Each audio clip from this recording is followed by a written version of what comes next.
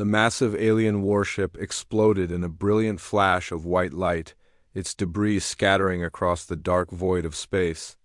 David Torres watched through his ship's viewing screen as the wreckage drifted past, pieces of metal still glowing hot from the blast.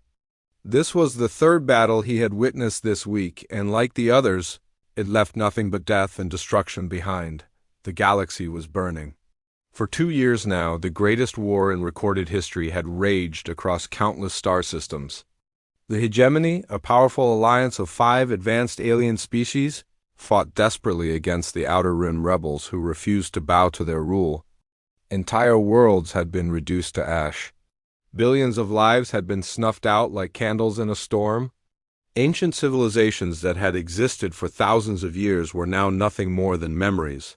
Earth remained silent in the darkness, watching it all unfold. Humanity had only discovered faster-than-light travel 30 years ago, making them babies compared to alien races that had been traveling between stars for millennia. The Terran Council, led by Admiral Rebecca Hayes, had made a decision that many thought was cowardly but proved to be wise. They would stay neutral, they would watch. They would learn the aliens barely noticed humanity existed. To them, humans were primitive creatures who had just crawled out of their gravity well. They were not worth considering in the grand game of galactic politics. This dismissal suited Earth perfectly. While the great powers tore each other apart, humanity quietly studied everything they could get their hands on. Torres commanded the reconnaissance vessel Pathfinder, one of 40 human ships conducting what they called scientific surveys. In reality, these missions were intelligence-gathering operations of the highest importance. His crew of 12 specialists documented battle tactics, mapped hyperspace routes, and collected samples from destroyed alien ships. Every piece of information was sent back to Earth, where teams of scientists worked around the clock to understand alien technology. The viewing screen flickered as his communications officer, Lieutenant Amy Foster, turned toward him. "Captain, we're picking up another engagement in the Centauri sector. Looks like a full fleet action this time." Torres nodded. "Set course. Keep us at maximum sensor range. I want every detail recorded." As the Pathfinder moved through space, Torres reflected on how much had changed since first contact. When humanity had encountered their first alien ship, they had been filled with wonder and excitement. The universe was full of intelligent life, advanced civilizations, and incredible technologies beyond their imagination. That excitement had quickly turned to horror as they learned about the galaxy they had entered. The hegemony controlled roughly 60% of known space.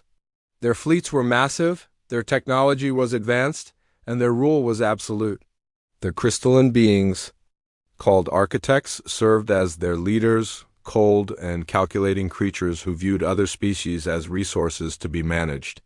Under them served the reptilian saurians, fierce warriors who commanded their military forces. The insectoid swarm provided labor and manufacturing. The energy beings known as luminous served as their communications network. Finally, the plant-like verdant managed agricultural worlds and food production. Against this mighty alliance stood the Outer Rim rebels, a loose confederation of dozens of species who refused to submit to hegemony rule. They were outnumbered, outgunned, and slowly losing ground, but they fought with desperate courage. Their fleet struck fast and hard before disappearing into the vast emptiness between stars. They had turned the galaxy into a battlefield where no world was safe. Torres had watched both sides commit terrible acts. The hegemony bombed civilian targets to break rebel morale. The rebels attacked supply convoys carrying medical supplies to hurt hegemony logistics. Neither side seemed to care about the innocent lives caught in the middle. Refugee ships wandered through space, seeking any safe haven they could find. The battle in Centauri was larger than anything Torres had seen before. Through his ship's powerful sensors, he watched as over 200 vessels clashed in the darkness. Hegemony dreadnoughts, each one the size of a small city, exchanged fire with rebel cruisers that darted between them like angry insects. Energy beams capable of melting asteroids lit up the void. Nuclear missiles detonated in brilliant flashes. Ships died by the dozens. "Look at their formation," Torres said to his tactical officer, Commander Robert Kim. The hegemony ships are maintaining strict battle lines. They're not adapting to the rebel hit-and-run tactics. Kim studied the tactical display. Their technology is superior, but their commanders are inflexible. They're fighting the last war, not this one. This was exactly the kind of information Earth needed. Back in the Sol system, hidden facilities were working day and night to build humanity's future. Asteroid mining operations provided raw materials. Orbital shipyards constructed vessels that looked like simple cargo haulers but could be converted to warships in hours. Research stations studied captured alien technology, learning its secrets and finding its weaknesses. The galaxy's major powers had made a critical mistake. They assumed that neutrality meant weakness, that silence meant ignorance. They saw humanity as primitive scavengers unworthy of attention or concern. This blindness would prove to be their downfall. Torres received a coded message from Earth while watching the Centauri battle reach its climax. Admiral Hayes was recalling all reconnaissance ships for a special briefing. Something was happening. Something that would change everything. As the Pathfinder turned toward home, Torres took one last look at the burning ships in the distance. The aliens had been fighting this war for 2 years, exhausting their fleets and their resources. They had forgotten an important lesson that humanity remembered from their own bloody history.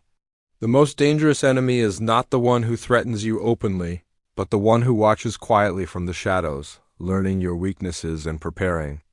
For the moment when you least expect them to strike, Earth had stayed out of the war, but that did not mean Earth was unprepared for war. When the time came, the galaxy would learn what humanity was truly capable of. The silent observers were about to become active participants, and the results would shake the foundations of galactic civilization. The refugee ship limped through space like a wounded animal, its hull scarred by laser burns and missile impacts.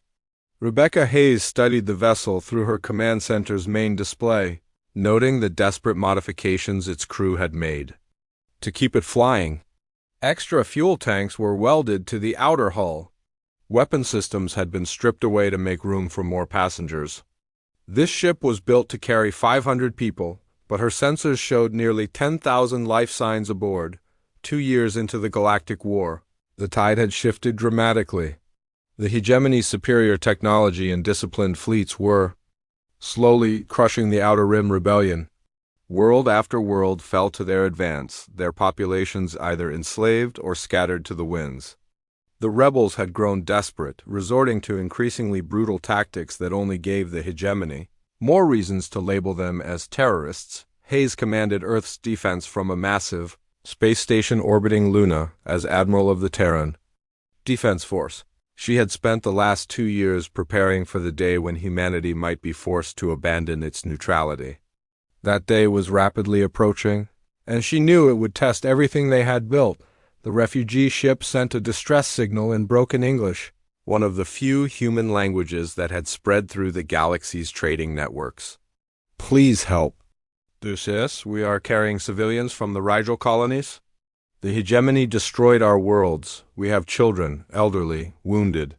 We need food, medical supplies, fuel. Hayes felt her heart clench as she listened to the desperate plea.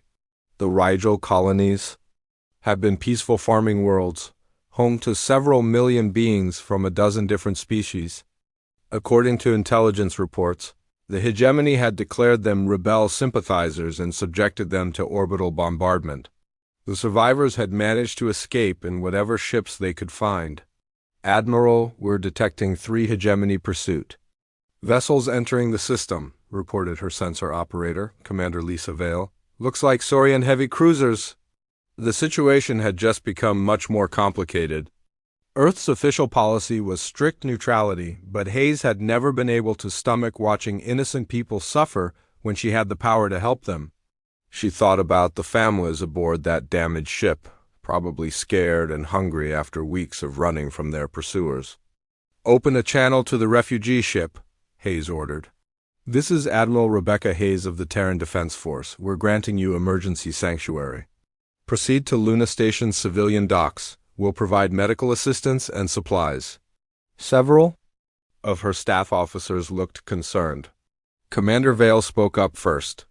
Admiral, this could be seen as an act of war by the hegemony. Are we prepared for that kind of response? Hayes had been asking herself the same question for months. Earth's military had grown significantly since first contact, but they were still vastly outnumbered by either side in the Galactic War. However, she had advantages that the aliens didn't know about. We'll cross that bridge when we come to it. Right now, there are 10,000 civilians who need our help. The hegemony ships arrived within hours, their sleek hulls gleaming like polished knives in the sunlight. Hayes watched from Luna Station's command center as they took aggressive positions around Earth's orbital installations. She had dealt with alien diplomats before, but never in a situation this tense. The lead ship broadcast a message on standard diplomatic frequencies. The voice that emerged was cold and mechanical, filtered through translation software. This is Commodore Thane of the Hegemony Third Fleet. We are pursuing dangerous criminals who have committed acts of terrorism against hegemony citizens. Surrender them immediately or face the consequences of harboring enemies of galactic peace. Hayes had met Thane before during trade negotiations. He was an architect, one of the crystalline beings who served as the hegemony's political leaders. They were creatures of pure logic, incapable of understanding concepts like mercy or compassion. To them, the universe was a machine that needed to be properly organized and controlled. Commodore Thane, this is Admiral Hayes. The beings you're pursuing are civilian refugees seeking humanitarian assistance. We cannot surrender them to you, but we're willing to discuss their future through proper diplomatic channels. The response came quickly, tinged with what sounded like amusement. Admiral Hayes, your species is new to galactic politics.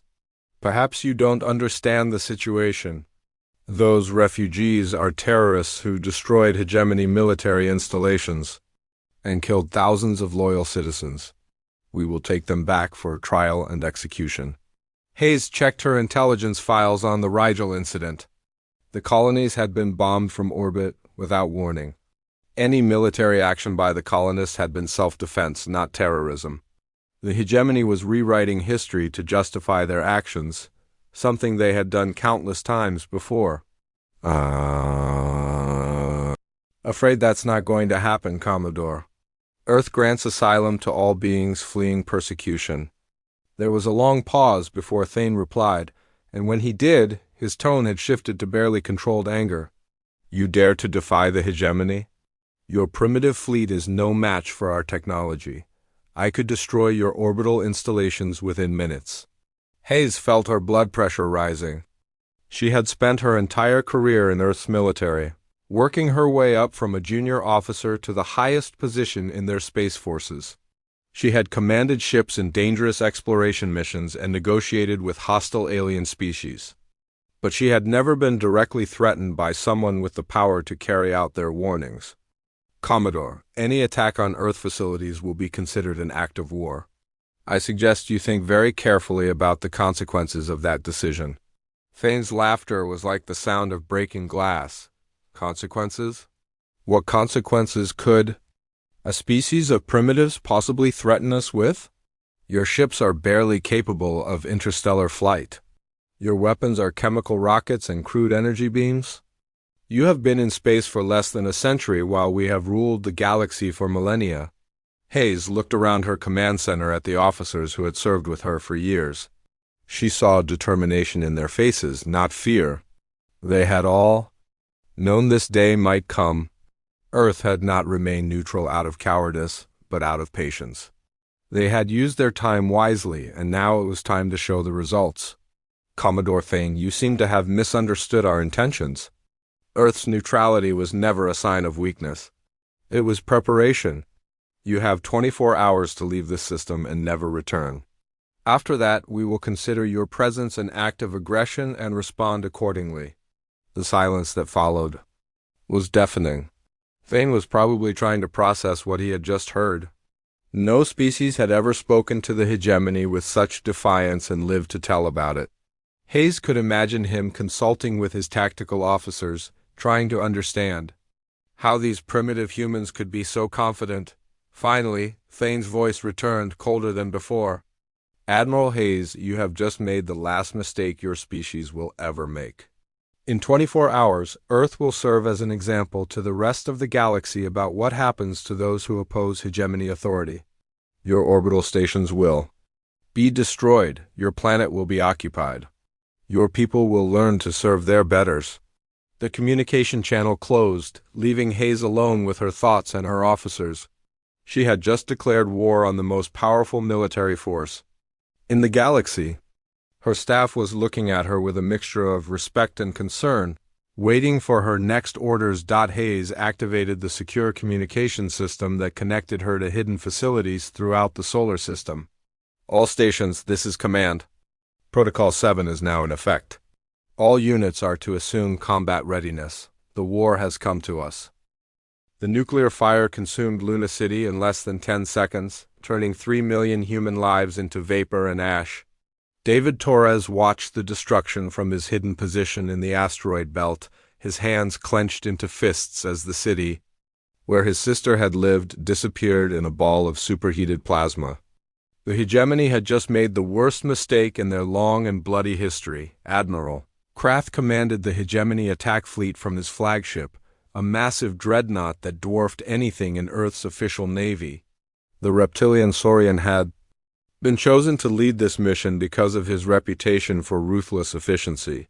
His orders were simple: destroy enough human infrastructure to force their surrender, then occupy Earth as an example to other neutral species. The bombardment of Luna City was meant to be a demonstration of hegemony power. Krath had expected the humans to immediately contact him, begging for mercy and offering to surrender the refugees in exchange for their lives.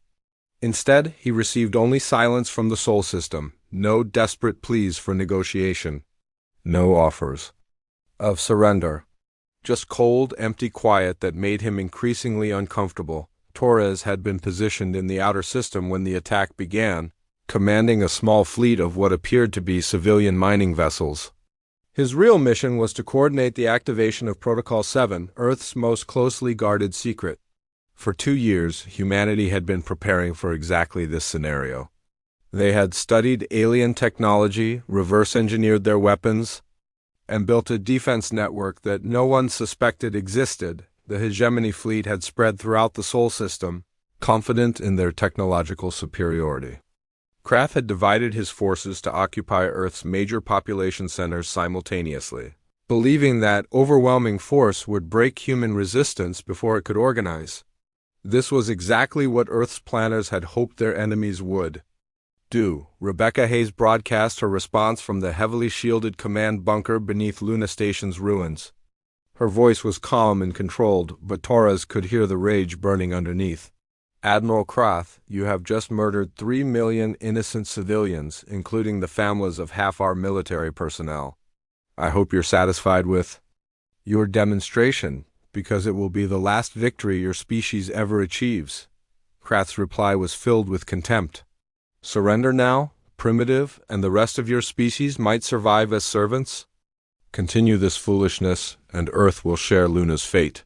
Hayes activated the communication system that would change galactic history. All units, all stations, all personnel. Protocol 7 is now active, weapons free.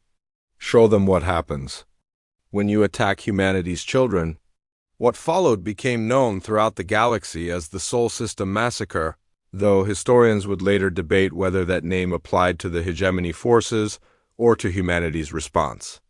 Earth's true nature revealed itself in a matter of minutes, transforming from an apparently defenseless world into the most dangerous military installation in known space.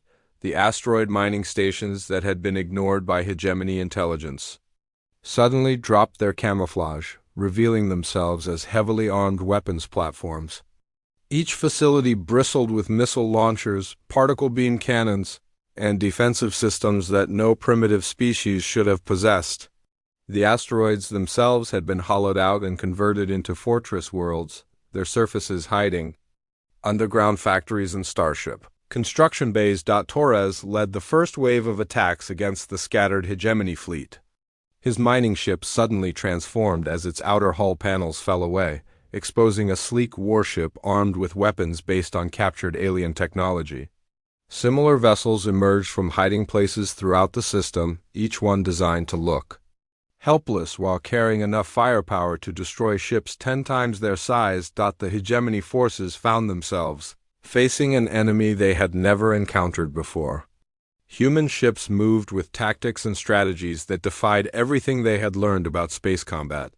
Instead of the rigid battle formations favored by galactic militaries, human vessels fought like wolves, striking in coordinated packs before vanishing into the darkness. Kreth watched in growing horror as his fleet died around him. These humans were using nuclear weapons, primitive devices that galactic civilization had abandoned centuries ago in favor of more elegant energy-based systems, but the human missiles were guided by advanced targeting systems that had been studying hegemony shield frequencies for 2 years. They slipped through defensive barriers that should have been impenetrable, detonating against ship hulls with devastating effect. The human fighters were even more shocking. Based on reverse-engineered alien technology but built with Earth's superior manufacturing capabilities, they outperformed anything in the hegemony arsenal. Their pilots flew with a reckless courage that terrified alien crews accustomed to more cautious combat doctrines. They accepted suicide missions to take out larger ships, ramming their fighters into critical systems when their weapons ran dry. Torres coordinated the attack from his command ship, now revealed as a sophisticated warship hidden inside a mining vessel's disguise. His tactical display showed hegemony ships dying faster than their crews could send distress signals.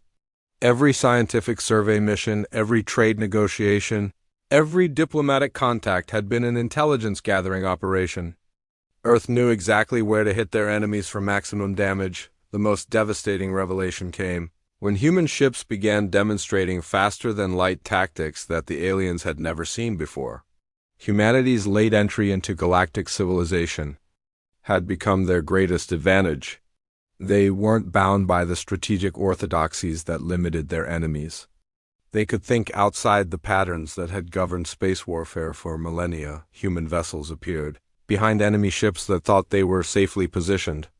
They emerged from hyperspace at impossible angles, striking from directions that established tactical doctrines said were impossible. They used gravitational effects and stellar radiation in ways that veteran alien commanders couldn't predict or counter. Kreth's flagship came under attack from 6 directions simultaneously. His shields, designed to repel energy weapons, proved useless against the primitive nuclear devices that the humans fired at them. His point defense systems, calibrated to intercept sophisticated missiles, couldn't track the crude but effective rockets that swarmed toward his ship like angry insects. The Admiral's last transmission was sent as his ship's reactor went critical. "Command, this is Kreth. The humans were not what we thought. They have been planning this. They have been preparing. We underestimated them completely. Tell the Council that humanity is not primitive. They are dangerous.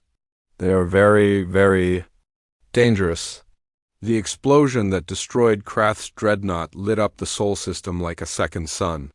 Around it, the wreckage of the hegemony fleet drifted in slowly expanding clouds of debris. In 6 hours, humanity had destroyed what military analysts had considered one of the most powerful fleets in galactic history. Torres surveyed the battlefield from his command ship, his heart still heavy with grief for the innocents who had died on Luna, but that grief was now mixed with grim satisfaction.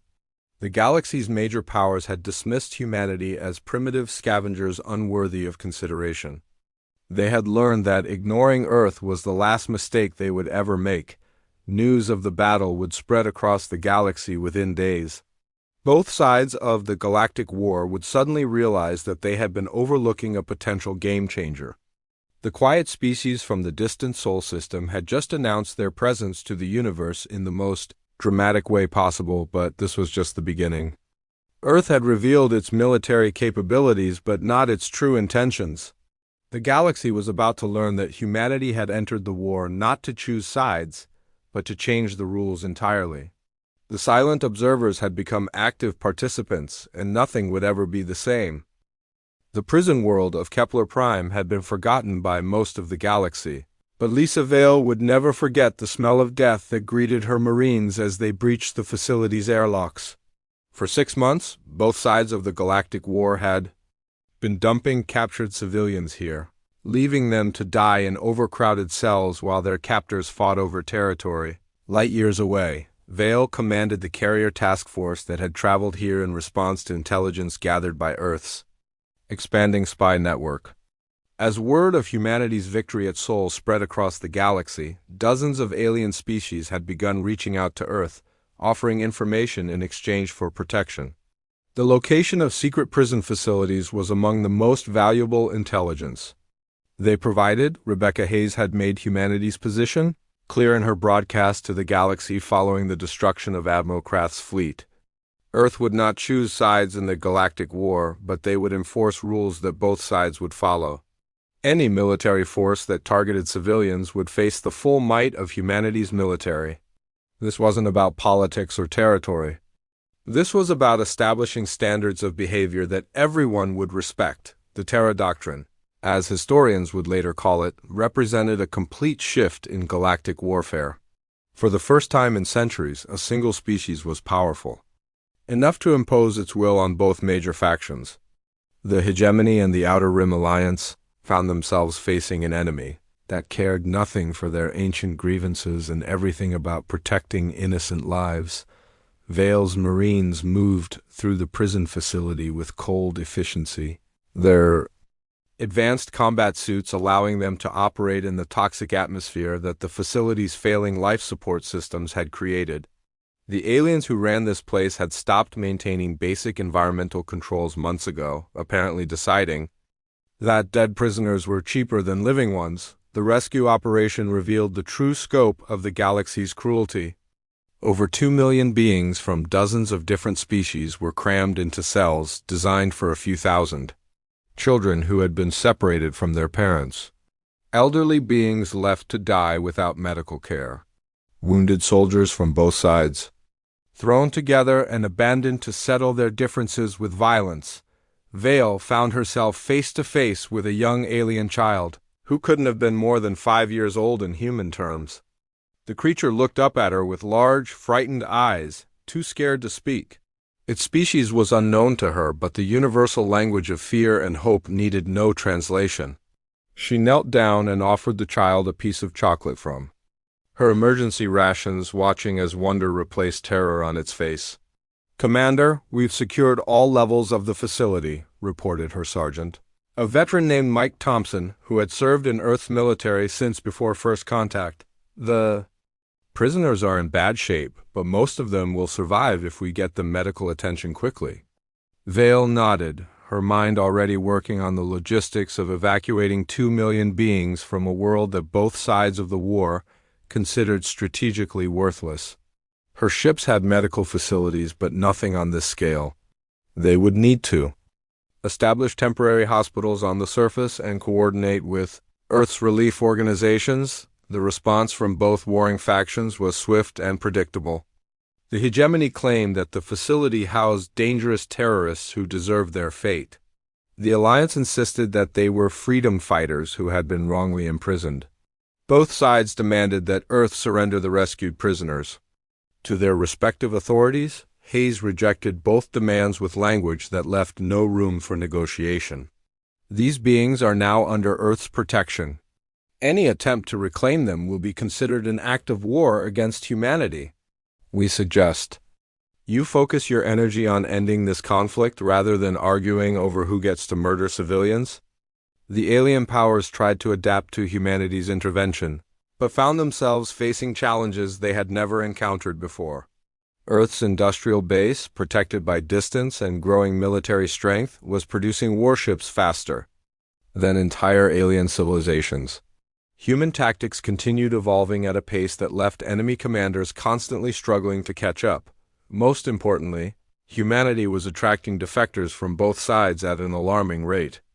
Alien officers who were tired of following orders to bomb civilian targets began requesting transfers to human command.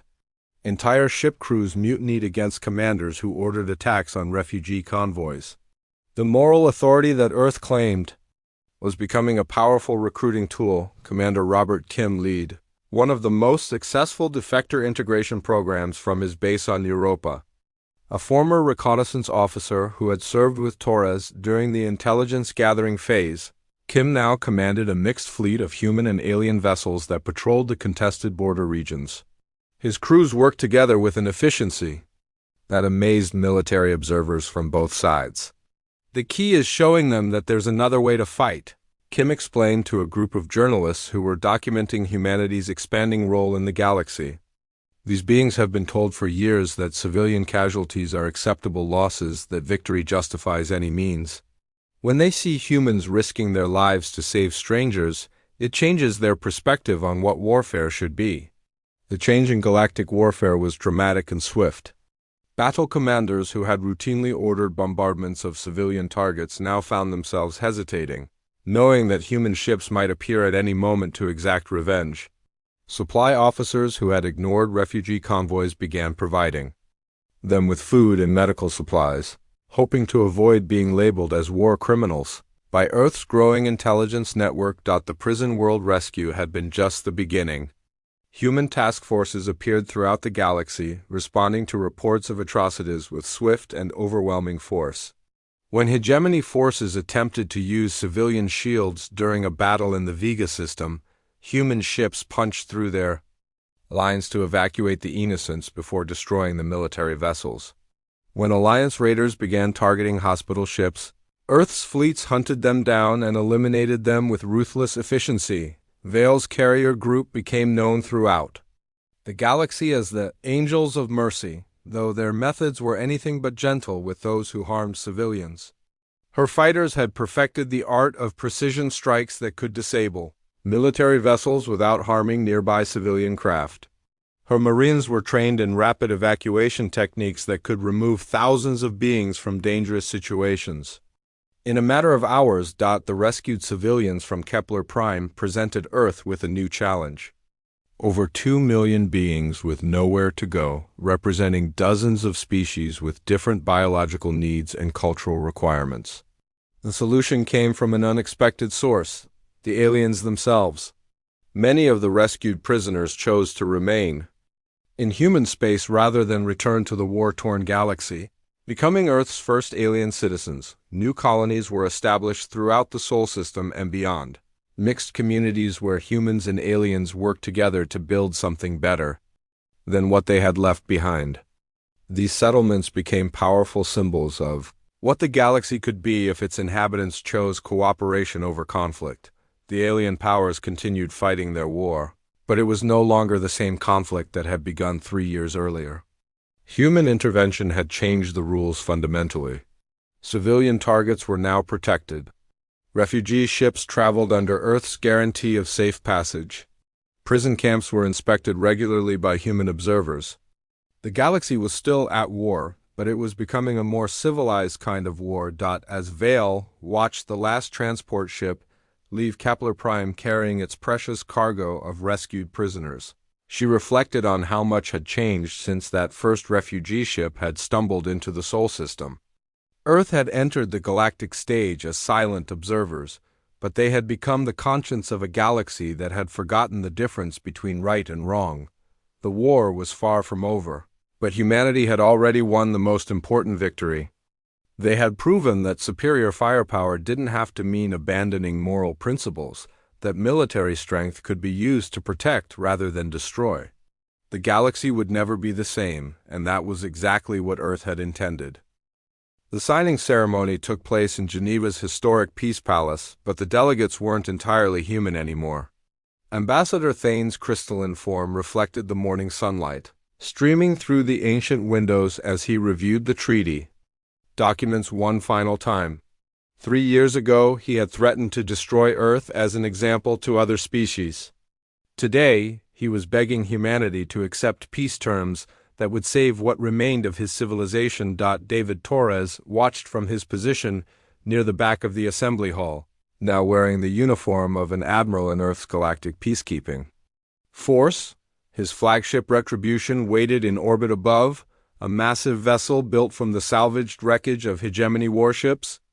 The irony wasn't lost on him that his command ship had been constructed from the remains of the very fleet that had attacked Luna City. The Galactic War was ending not with a climactic battle, but with exhaustion.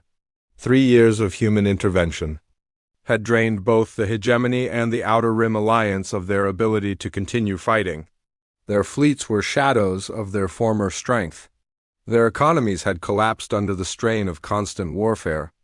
Most importantly, their populations had grown weary of a conflict that seemed to have no purpose beyond mutual destruction. Rebecca Hayes presided over the negotiations with the calm authority that had made her the most respected leader in the galaxy. The aliens who had once dismissed humanity as primitive now sought her approval for everything from trade agreements to territorial boundaries. Earth had become the galactic mediator not through conquest, but through moral leadership, backed by superior military power. The Galactic Accords represent more than just an end to this war, Hayes announced to the assembled delegates. They establish humanitarian principles that will govern all future conflicts.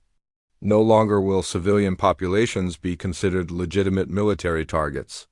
No longer will prisoners of war be abandoned to die in forgotten facilities. No longer will refugee ships wander the galaxy seeking safe harbor. The treaty terms were comprehensive and unprecedented in galactic history. Civilian targets were now protected under international law.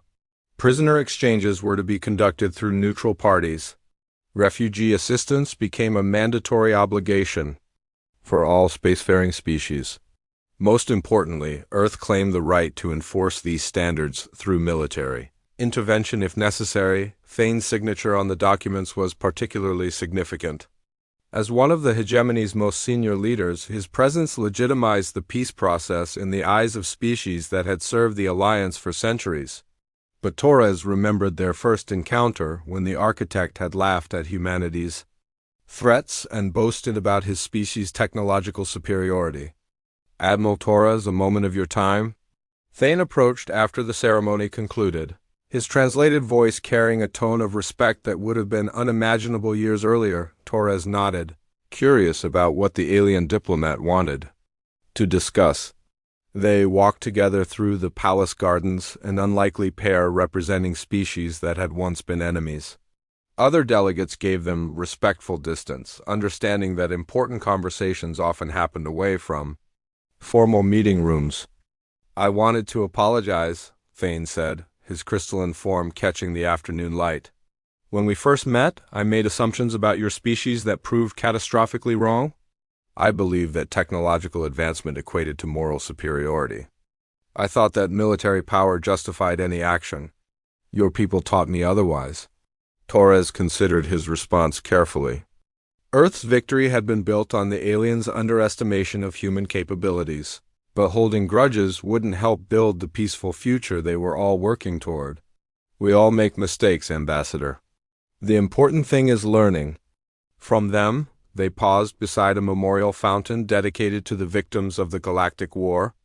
Millions of names were inscribed on its black marble surface, representing beings from dozens of species who had died in the senseless conflict.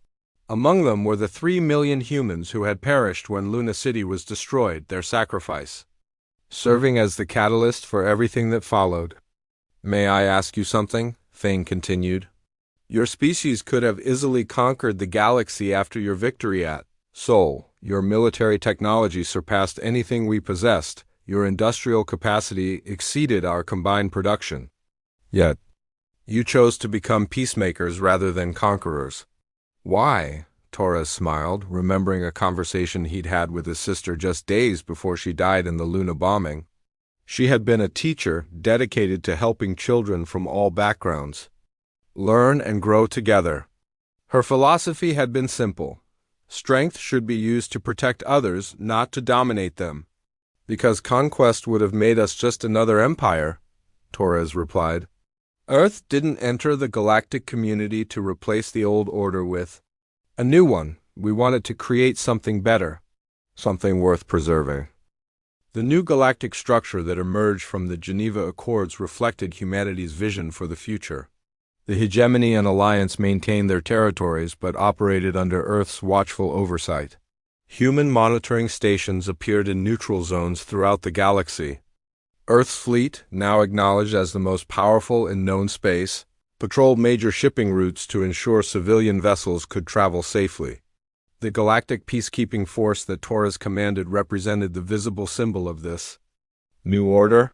His ships carried mixed crews of humans and aliens working together, united by shared principles rather than species loyalty. Former enemies served side by side, learning to trust each other in ways that had seemed impossible during the war years. The integration wasn't always smooth. Cultural differences between species sometimes led to conflicts that required careful mediation. Some groups on both sides remained bitter about the war's outcome and worked to undermine the peace process. But gradually, the benefits of cooperation became apparent to even the most skeptical observers. Trade resumed between former enemy territories, bringing prosperity to worlds that had been devastated by years of conflict. Scientific cooperation led to breakthrough discoveries that benefited all species. Most importantly, a new generation was growing up that had never known the hatred and fear that had driven their parents to war. 5 years after first contact, Torres stood on the observation deck of New Geneva Station, watching human children play with alien refugees in the parks below. The sight still amazed him. Young beings from dozens of different species chasing each other through gardens that had been built on the ruins of an old military base. Their laughter echoed through the corridors, a sound that had replaced the alarms and weapons fire that had once filled these spaces. Lisa Vale joined him at the viewing window, her commander's insignia reflecting the station's artificial lighting. She had been promoted to head Earth's refugee integration program, overseeing the settlement of over 10 million displaced beings throughout human space. Her work had become a model for other species trying to heal the wounds left by years of warfare. The Centauri colony just sent their first graduates to Earth's Academy, Vale reported. 23 young beings from 7 different species, all wanting to serve in the peacekeeping force. They're calling themselves the Unity Generation. Torres nodded approvingly. The Academy program had been one of Earth's most successful initiatives, bringing together young people from across the galaxy to study together and learn humanity's approach to conflict resolution. Many of its graduates now served on mixed crews throughout the peacekeeping fleet, carrying Earth's values to distant star systems. The transformation hadn't been limited to military affairs. Earth's economic model, based on cooperation rather than exploitation, was spreading throughout the galaxy. Former slave worlds had become prosperous trading partners. Species that had been considered inferior by the old powers were discovering their own unique contributions to galactic civilization. The hegemony itself had undergone dramatic changes. The rigid hierarchy that had once oppressed billions of beings was gradually giving way to a more democratic system. Thane had become one of the leading reformers, using his influence to convince other architects that their survival depended on adapting to the new galactic order. There's something else, Vale continued. Intelligence reports suggest that the remaining hardliners in both the old Alliance and Hegemony are planning something. They're calling it the Restoration Movement, trying to rebuild their military forces in secret.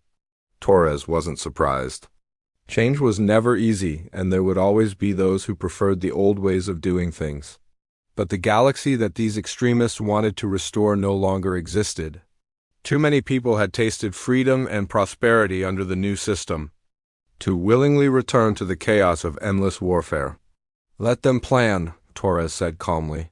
They'll discover what Admiral Kraft learned at Sol. The galaxy has moved beyond their way of thinking. Most of their own people won't support them when they understand what they're really fighting for. The conversation was interrupted by an announcement echoing through the station's corridors. A new group of refugee ships had arrived, carrying survivors from a mining disaster in the Outer Rim. Within minutes, the station's emergency response teams were mobilizing, preparing to provide medical care, temporary housing, and integration services for the newcomers. This was the galaxy that Earth had helped create. Instead of turning away refugees or using them as political pawns, civilized species now competed to provide the best assistance. The mining disaster would be investigated by international teams to prevent future accidents. The survivors would be given new homes and opportunities to rebuild their lives. Torres watched the rescue operations begin, remembering the first refugee ship that had limped into the Sol system years earlier. That vessel had carried 10,000 desperate souls seeking sanctuary from the horrors of war. Today's arrivals would find a galaxy that had learned to value every life, regardless of species or origin. The memorial service for Luna City was held every year on the anniversary of the attack, bringing together beings from across the galaxy to honor those who had died. This year's ceremony was particularly meaningful because it marked the 5th anniversary of the event that had changed everything. 3 million humans had perished in that nuclear fire, but their sacrifice had awakened humanity to its galactic responsibilities. As Torres prepared to return to his ship, he reflected on the journey that had brought them all to this point. Earth had stayed out of the Galactic War, watching and learning while others destroyed themselves through hatred and violence. When the aliens finally forced humanity to choose sides, they had discovered that Earth was fighting for something different than either faction had imagined. The galaxy's new order wasn't perfect. There were still conflicts between species, still regions where old grudges simmered beneath the surface. But the worst excesses of warfare had been eliminated. Civilian populations were protected. Prisoners were treated humanely. Refugees found welcome rather than rejection. Most importantly, the galaxy had learned that strength without moral purpose was ultimately self-defeating. The great empires that had once ruled through fear and oppression had collapsed under the weight of their own brutality. In their place, a new civilization was emerging based on cooperation, compassion, and the revolutionary idea that different species could work together for the common good. The aliens had made a fatal mistake when they assumed that humanity's silence meant weakness, that neutrality meant indifference. They had attacked Earth expecting to find another species that would bow to superior firepower. Instead, they had awakened a sleeping giant that would transform the galaxy forever. Torres smiled as he watched alien children playing in the stations parks, their joy unmarred by the prejudices that had driven their parents to war. This was humanity's true victory, not the military triumph at Sol, but the creation of a future where young beings of all species could grow up together in peace. The silent observers had become active participants in galactic civilization, and the universe was a better place because of it.